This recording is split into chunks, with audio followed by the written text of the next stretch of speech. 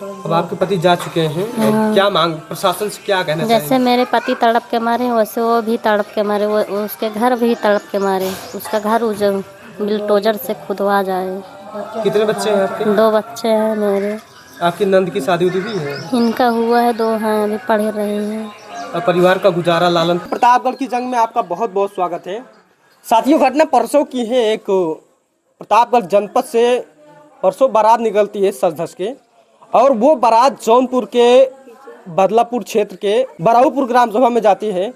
और साथियों द्वारा का चार लगता है, गांव की भाषा में कहा जाए तो नाच गाने का प्रोग्राम चलता है।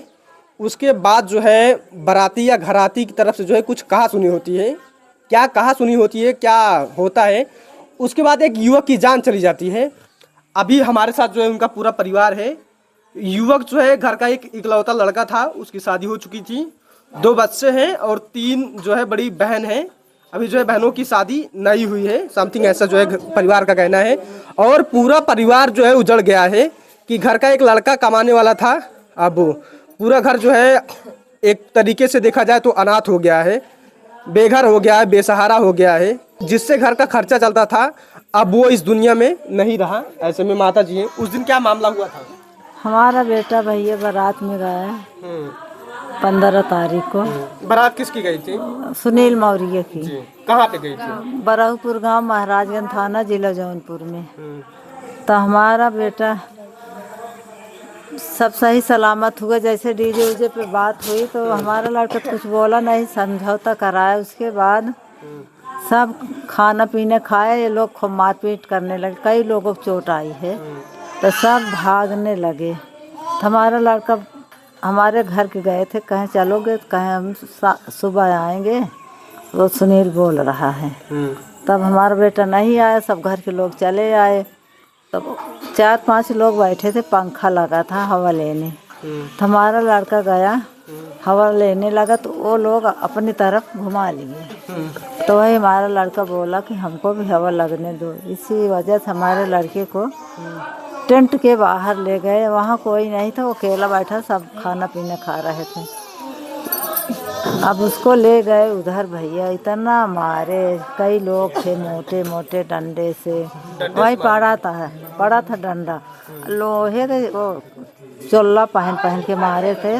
सब लोग को जब मारे और लोगों को तो सब देखे, ऐसे कपार, सब कपार फूटा था। अच्छा दादी, इसमें बताया जा रहा है कि जो है डीजे गाने वो तो हुआ था तो समाप्त हो गया। समाप्त होने के बाद? हाँ, समाप्त होने के बाद आपके लड़के समझाने गए थे वहाँ पे? वहाँ समझा रहा था। वो बोला कि दूसरे देश में आए हो, झगड़ा लड़ाई अपनी तारों के बच्चों को।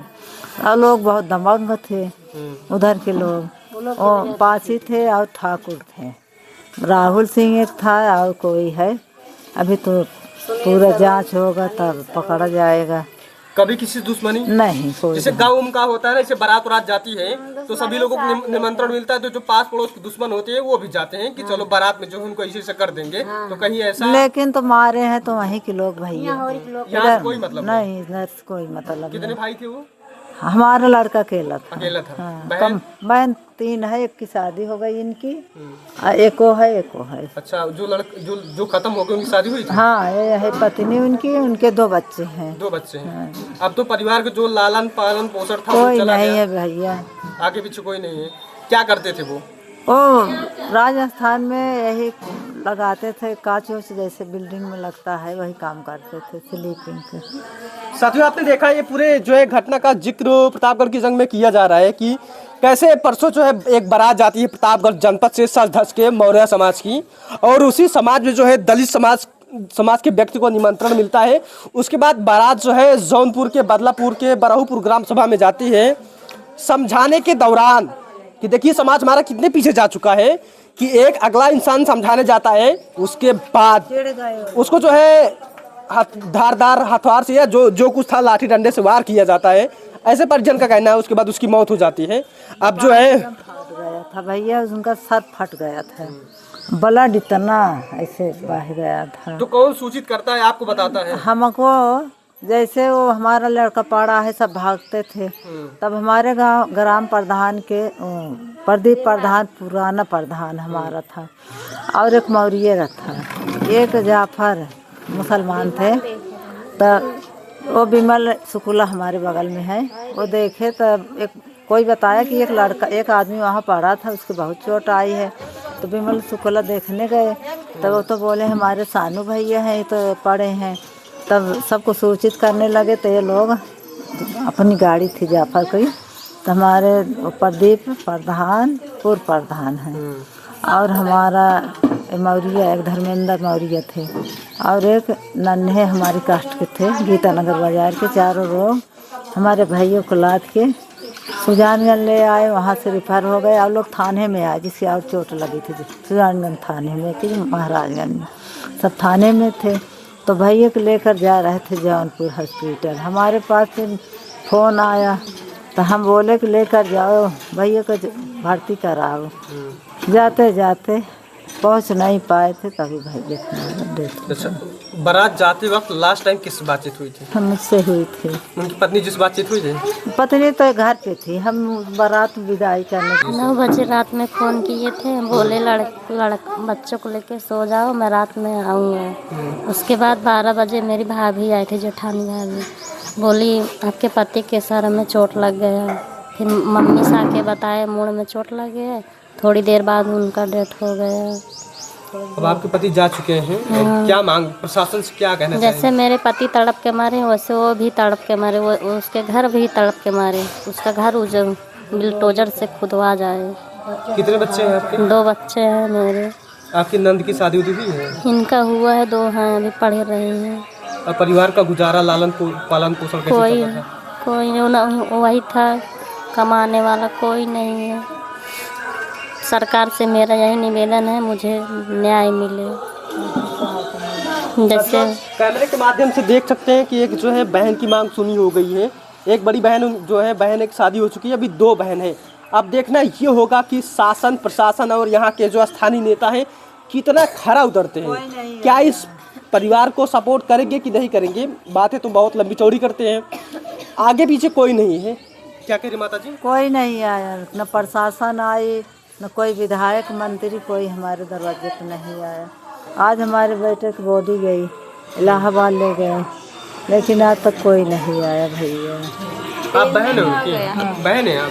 क्या कहना चाहेंगी इन अपराध? यही कहना चाहते हैं, जो अपराध किए हैं उनको सजा देनी चाहिए, कड़ी से कड़ी। उसके बाद हमारे घर वालों को न्याय मिलना चाहिए। आप भी बहन है, अपने भाई के लिए क्या कहना चाहेंगे? प्रशासन से क्या अपील करना चाहेंगे? जैसे मेरे भैया को बेरहमी से मारा गया है, वैसे उन लोगों को भी कड़ी से कड़ी सजा मिलनी चाहिए। और मैं सरकार से ये निवेदन करना चाहती हूँ, मेरी भाभी को कोई जॉब मिल जाती तो ठीक रहता। छोटे छोटे बच्चे हैं, उनका पढ़ाई लिखाई हर चीज़ कैसे होगा। और हम लोग भी पढ़ लिख रहे हैं, बहुत प्रॉब्लम होगी, घर का आजीविका कैसे चलेगी?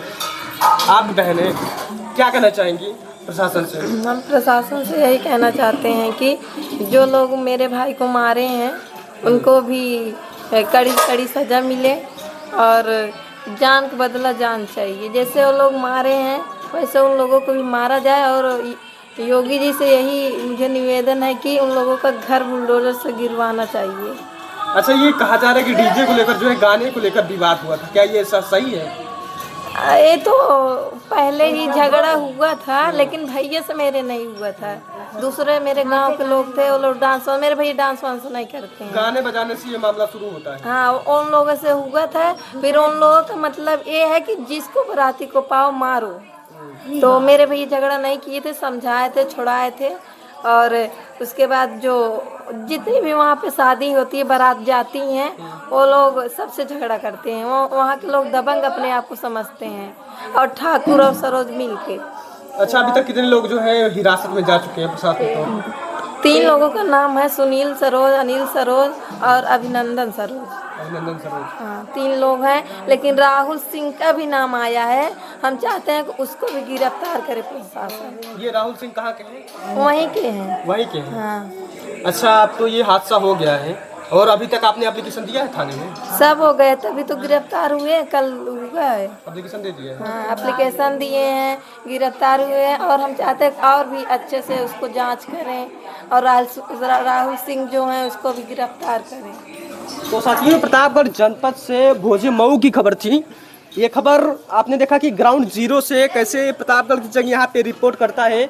एक बहन की मांग सुनी हो गई, एक बहन की शादी हो गई है, अभी 2 बहन है, ये माता जी हैं, इनके 2 बच्चे हैं।